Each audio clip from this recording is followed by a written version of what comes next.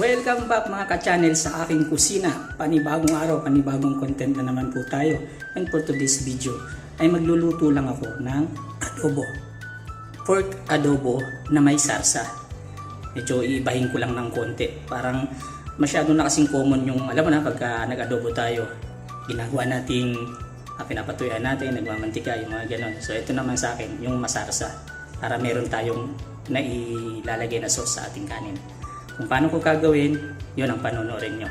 Kaya tara na mga ka-channel, let's go! At eto na nga ang ating pork na gagamitin.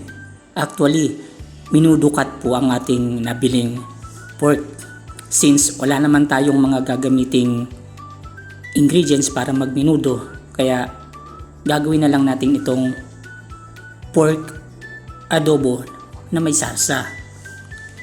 So unahin muna nating pakuluan yan dyan. Palabasin lang muna natin yung sarili niyang katas. At kapag ganyan na, pwede na natin ilagay yung ating bawang. Yung ating bawang ay pinitpit ko lang.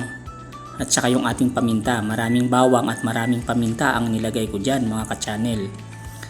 At magic sarap na rin. Unahin natin ilagay yung suka para kumulo ka agad. At syempre yung ating toyo. Ilalagay na rin natin.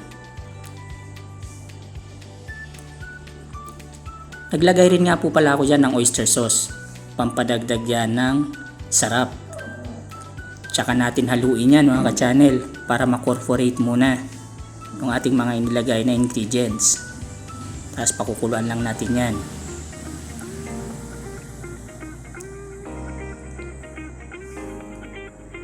Naglagay na rin tayo dyan ng dahon ng laurel at isang basong tubig. Nasa sa inyo po yan kung gaano karami yung ilalagay ninyo. Importante ay mapalambot muna natin yung ating karne. So hayaan lang natin munang kumulo yan. After ng ilang minuto naglagay na ako dyan ng asukal. Pampabalansi po yan dun sa ating asim na nilagay natin kanina. Yung ating suka. Para ma-neutralize po yung asim niyan. So at this point, medyo okay na po yung dami ng ating sarsa. Atin na yang palalaputin. Nagtunaw lang po ako dyan ng cornstarch para matiken o lumapot yung ating sauce. Ayan na po ang ating pork adobo na masarsa. At okay na po yan mga ka-channel. Ayos na po yan. At ito na nga mga ka-channel, ang ating adobo na may sarsa. Tara, tikman na natin. Let's go, kain po tayo.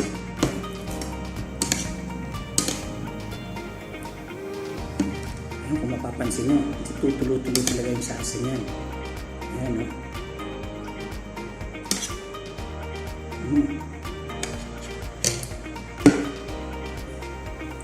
Sarsa muna unahin natin tikman. Kanin with sarsa. Ayos. Sarsa pa lang, ulam na.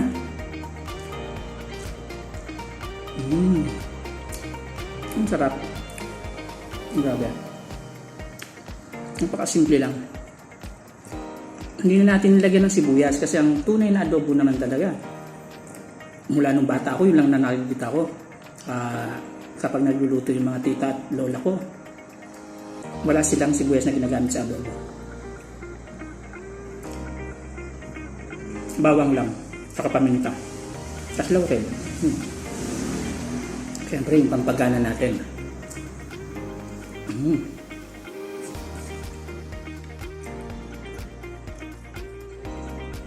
Isa na namang masarap na recipe ang ating naluto mga ka-channel. Subukan nyong gawin at hindi kayo mapapahiya gaya ng ginawa ko. Ayos naman yung mga timpla natin ginawa. Maraming salamat sa mga followers at sa mga sumusuporta. Sana palagi kayo nandyan para palagi tayong makakapag-content ng iba't ibang luto. So, hanggang dito na muna. Paalam.